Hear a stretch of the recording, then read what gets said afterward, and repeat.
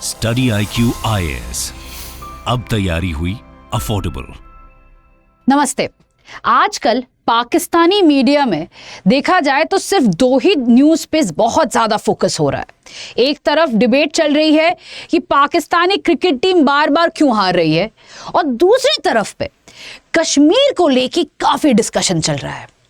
और media reports ये कहानी बना रही है, एक नरेटिव बना रही है कि कश्मीर इशू और पैलेस्टीनियन इशू एग्जैक्टली सेम है।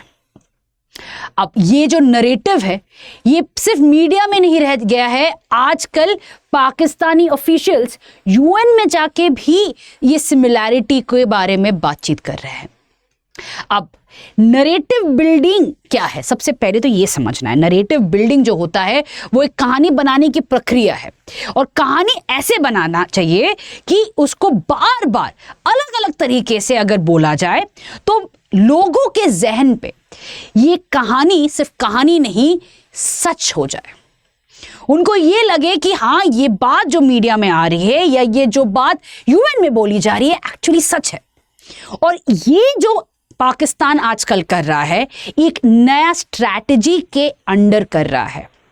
इसे हम कह सकते हैं पाकिस्तान हमास स्ट्रैटेजी, क्योंकि हमास ने भी एग्जैक्टली यही किया है। इस वीडियो में हम ये समझेंगे कि ये नरेटिव बिल्डिंग कौन कर रहा है, ये हमास स्ट्रैटेजी है क्या, और इसका इम्पैक्ट इंडिया पे क्या पड़ने वाला है, और इंडिया को क्या करना चाहिए to actually deal with this new strategy. चलिए समझते हैं सबसे पहले कि कौन है इस स्ट्रैटेजी के पीछे। आजकल पाकिस्तान में देखा जाए तो इकोनॉमिक क्राइसिस तो है ही, ये तो सभी को पता है। पॉलिटिकल क्राइसिस भी चल रही है, क्योंकि एक्टिव गवर्नमेंट तो है नहीं, करंट केयरटेकर गवर्नमेंट है करंट, और इलेक्शंस का डेट का कोई अता पता नहीं है।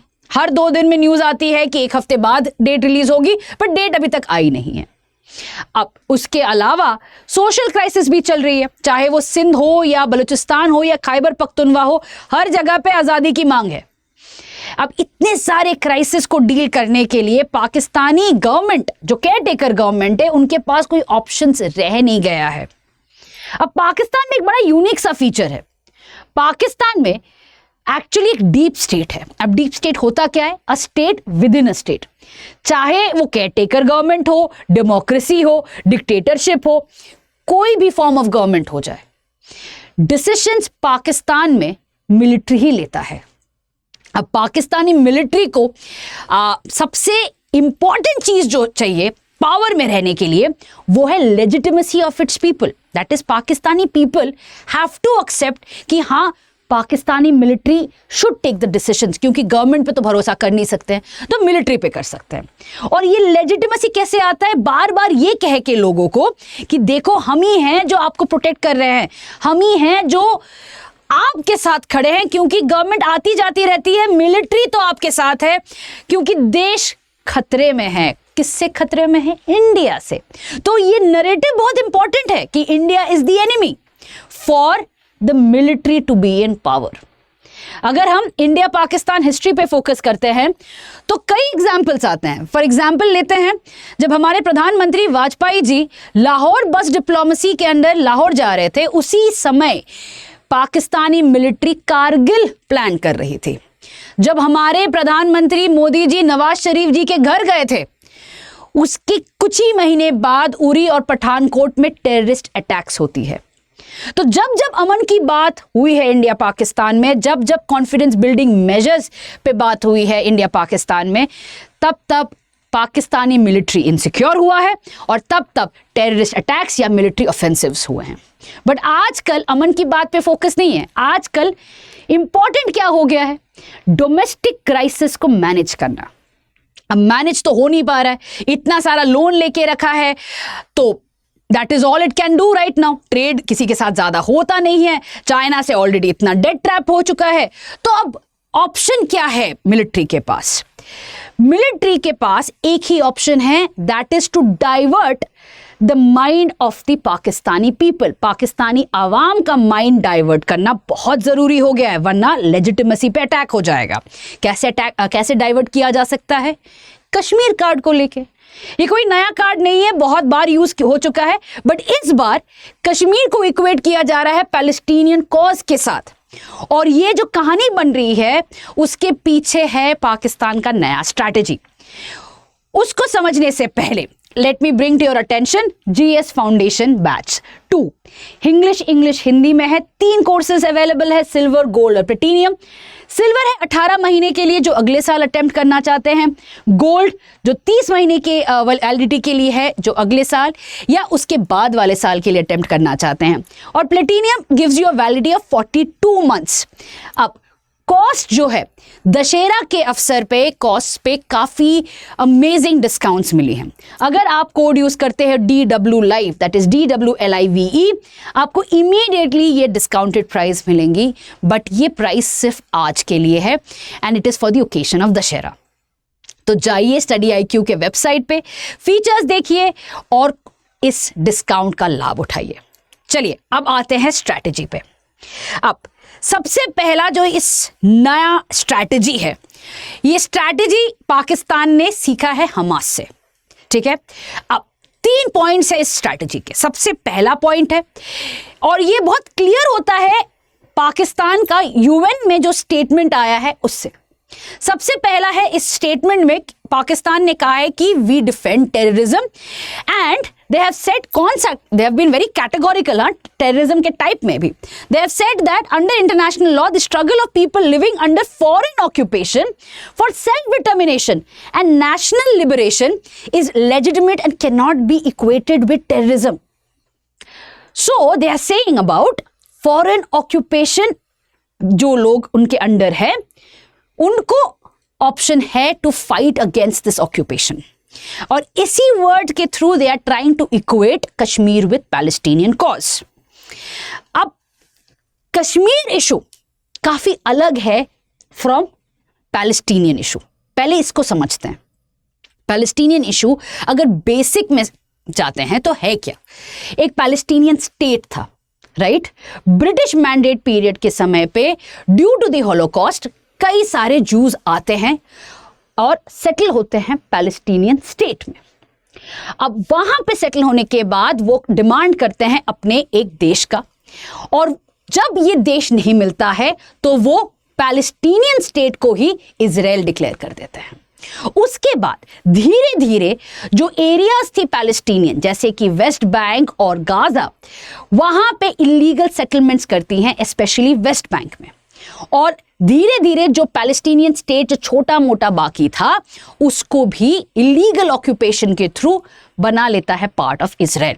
आज के दिन अगर हम बात करें पैलेस्टीनियन स्टेट का, it is very difficult to actually talk about it, and it is not a failure of anybody except the international organisations and the countries कि उन्होंने पैलेस्टीनियन स्टेट नहीं इंश्योर किया है। अब आते हैं कश्मीर इशू पे। कश्मीर इशू एक्चुअली अगर देखा जाए फॉरेन ऑक्यूपेशन, वो तो पाकिस्तान है, क्योंकि इलीगल ऑक्यूपेशन तो पाकिस्तान ने किया हुआ है। दूसरी चीज, under instrument of accession Kashmir India का पार्ट है। ये बात सच है कि कुछ सालों तक, कुछ क्या कई सालों तक एक अंडर आर्टिकल 370 एक स्पेशल स्टेटस दिया गया था, बट आफ्टर द एब्रोगेशन ये स्पेशल स्टेटस भी खत्म है and it is an integral part of union of India. जो पहले था वो अभी है, it is always been a part of India. Problem अगर हम बात कर रहे हैं इलीगल ऑक्यूपेशन का, वो तो पाकिस्तान ने किया हुआ है POK में, तो कैसे इक्वेट कर रहा है पाकिस्तान इसको? There is no fact to it, इसीलिए कहानी है। अब नरेटिव बिल्डिंग का पीछे एजेंडा में आते हैं। यहां है पॉइंट जो पाकिस्तान सीखा है हमास से। यहां पे एक important clarification is very important. Hamas is of course an organisation, एक टेररिस्ट ऑर्गेनाइजेशन है, उसको इक्वेट नहीं किया जा सकता है पैलेस्टीनियन कॉज के साथ। पैलेस्टीनियन कॉज बेसिकली पैलेस्टीनियन लोगों का एक डिमांड है एक स्टेट के लिए। They want to come back to their own state. Right इतने जो लोग जनरेशन से रिफ्यूजीज बने हैं दूसरे दूसरे कंट्रीज का, और इवन जो पैलेस्टीनियन वेस्ट बैंक या गाजा में है, उनको अपना देश चाहिए। That's a Palestinian cause. और हमास इस कॉज को यूज करके टेररिस्ट एक्ट करता है और ये नरेटिव बनाता है कि देखो हमें ये करना पड़ा, 222 इजरायली सिटीजन्स को किडनैप करना पड़ा, इतने लोगों को मारना पड़ा क्योंकि हम पैलेस्टीनियन कॉज को सपोर्ट कर रहे हैं। ये नरेटिव बिल्डिंग है जहां पे टेरर को यूज या जस्टिफाई किया गया है to talk about a cause. Pakistan भी यही कर रहा है।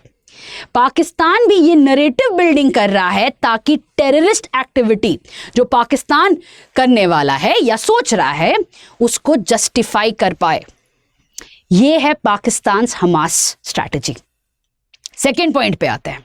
सेकंड पॉइंट है, आज कल एक मीटिंग हुई थी कश्मीर में, जहां पे ये देखा गया है कि जो इस साल जो टेररिस्ट्स मारे गए हैं इन कश्मीर, वहां पे in the first time in 33 years single digits में लोकल रिक्रूट्स थे, अदरवाइज 37 वेर पाकिस्तानीज।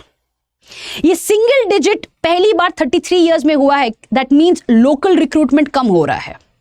हमास का भी प्रॉब्लम यही है कि Hamas could not convince the Palestinian people to continue joining Hamas and act against Israel. तो उनको क्या करना पड़ा? उनको इन्फिल्ट्रेट करना पड़ा। They had to enter into Israel. यही पाकिस्तान करने की कोशिश कर रहा है, इन्फिल्ट्रेशन। इन्फिल्ट्रेशन मतलब एंटरिंग इनसाइड इंडिया। अगर देखा जाए रिपोर्ट, एक सीनियर ऑफिशियल का रिपोर्ट है कि Pakistan wants to keep the pot boiling and that's why they're pushing more and more terrorists into Kashmir. The fear is that those who are hiding in the upper reaches may also come down to the valley. तो यही चीज Pakistan Hamas से सीख रहा है कि there is no other way but to send their own people infiltrate into India, जैसे Hamas ने इजरायली बॉर्डर क्रॉस करके इजराइल में इन्फिल्ट्रेशन किया था, अटैक किया था। ये तीन चीजें हैं पाकिस्तान के नए स्ट्रैटेजी में। अब इंडिया को पता है कि ये स्ट्रैटेजी है क्या, और क्या ये बार बार हमास स्ट्रैटेजी पाकिस्तान बोले जा रहा है, और क्यों पाकिस्तान इस नरेटिव को इंटरनेशनली डिस्कस भी कर रहा है। इसी वजह से इतनी सारी मीटिंग्स हो रही हैं। कश्मीर में भी हुई है, दिल्ली में भी हुई है, और इन सब मीटिंग्स में सिक्योरिटी मैट्रिक्स की बात की जा रही है। सिक्योरिटी मैट्रिक्स मतलब इंडिया क्या इस नरेटिव को कैसे काउंटर करेगा और फ्यूचर टेररिस्ट अटैक्स कैसे हैंडल करेगा। तो सबसे पहले तो है लोकल रिक्रूटमेंट तो ज़रूर कम हो चुका है, बट ये भी इंश्योर करना है कि इंडिया के कोई भी कोने से और रिक्रूटमेंट ना हो। इसको रोकने के लिए ये जो नरेटिव है इसको काउंटर करना बहुत ज़रूरी है। ये बोलना बहुत ज़रूरी है कि Kashmir is part of India, there is no Kashmir issue except for Pakistani illegally occupied Kashmir. दूसरी बात, पैलेस्टीनियन कॉज अलग है, उसको अलग देखना है। It is a problem of west Asia.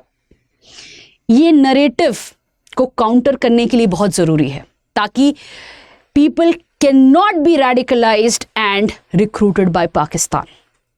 Second चीज, बॉर्डर सिक्योरिटी इंपॉर्टेंट है, ऑब्वियस बात है, और उस पर काफ़ी फोकस भी है। उसी के साथ मैरीटाइम सिक्योरिटी भी इंपॉर्टेंट है। 2611 टोल्ड अस कि पाकिस्तान हमेशा सोचता रहता है नए रूट टू इंडिया। पाकिस्तान को पता है it's very difficult to cross through the land border, और कोस्टल गार्ड्स की वजह से it is very difficult to cross through come through Gujarat और महाराष्ट्र एज वेल। तो अभी नया एक रास्ता निकालेगा पाकिस्तान, इसी पे ध्यान रखना पड़ेगा इंडियन इंटेलिजेंस को। तीसरी चीज, इन्फिल्ट्रेशन के थ्रू पाकिस्तान प्रॉक्सी वॉर करने की कोशिश करेगा। ये बोलेगा कि ये तो हमारे है ही नहीं, ये इंडिया कहानी बना रहा है। बट जब भी कोई इन्फिल्ट्रेटर आता है वहां पे मनी ट्रेल होता है। That is you need to fund this infiltrators to actually go and fight, to go and create that network. और इसी मनी ट्रेल पे ध्यान रखना ऑफ द इंडियन इंटेलिजेंस, ध्यान रखना बहुत इंपॉर्टेंट है। Not only intelligence but India has to take this matter at the FATF level, ताकि ये फाइनेंशियल ट्रेल पे फोकस किया जा सके। क्योंकि Pakistan at this point of time उनके पास ऑप्शन नहीं है अपने डोमेस्टिक क्राइसिस को संभालने का except for playing the Kashmir card. और जितना ये नरेटिव होगा उतना ये रेस्ट अश्योर्ड है कि पाकिस्तान कुछ ना कुछ सोच रहा है इंडिया के अगेंस्ट। इसको रोकना through intelligence, through military, through government and specially raising the Balochistan card is important. India को ये बार बार कहना चाहिए इंटरनेशनल ऑर्गेनाइजेशंस में, look what is happening at Balochistan, क्योंकि वहां पे जो ह्यूमन राइट्स वायलेशन है वो कोई इंटरनेशनल ऑर्गेनाइजेशन या कंट्रीज फोकस ही नहीं कर रही हैं। तो हमें भी बलूचिस्तान वाली कार्ड प्ले करना चाहिए। We have to counter the narrative, वरना Pakistan is going to continue with this strategy. With this, we come to an end to today's discussion. Thank you.